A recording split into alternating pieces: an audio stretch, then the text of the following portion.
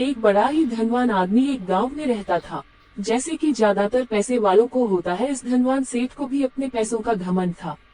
वह जिस गांव में रहता था वहां पर ज्यादातर लोग किसान थे। इन सभी किसानों के पास जितनी जमीन थी उससे कई गुना ज्यादा जमीन इस सेठ के पास थी।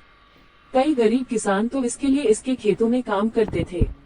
इसी गांव में मोहन नाम का एक बड़ा ही मेहनती और सच्चा किसान रहा करता था।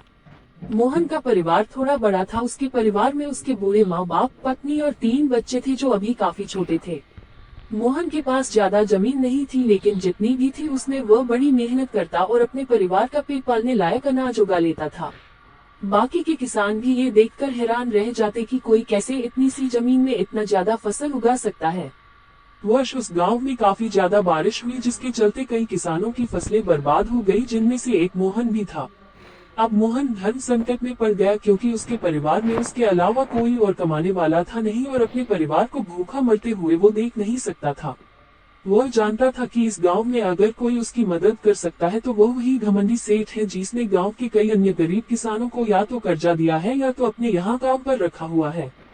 हाथ पर हाथ धरे बैठे रहने के बजाय उसने इस सेठ के पास जाने का फैसला किया और एक दिन उनके पास पहुंच गया। सेठ के पास पहुंचकर मोहन बोला, सेठ जी, आपकी बहुत मेहरबानी होगी अगर आप मुझे थोड़ा सा कर्जा दे दें, जिससे मैं अपने खेतों में फिर से कोई फसल उगा सकूं, या फिर आप मुझे अपने यहाँ नौकरी दे दें ताकि मेरे परिवार को 2 वक्त का खाना मिल सके। घमंडी सेठ को उसकी इन बातों से कोई मतलब था नहीं, लेकिन गांव के सारे लोगों की तरह वह भी यह जानता था कि मोहन कितना मेहनती है और वह जिस भी खेत में काम करेगा वहां वह 2 गुनी फसल उगा सकता है। सेठ ने सोचा, अगर मैं इसे पैसे उधार देता हूं तो शायद यह स्थिति में नहीं है कि मुझे वापस लौटा सके, लेकिन अगर मैं इसे अपने खेतों में काम करवाता हूं तो मुझे जरूर दुगना फायदा होगा।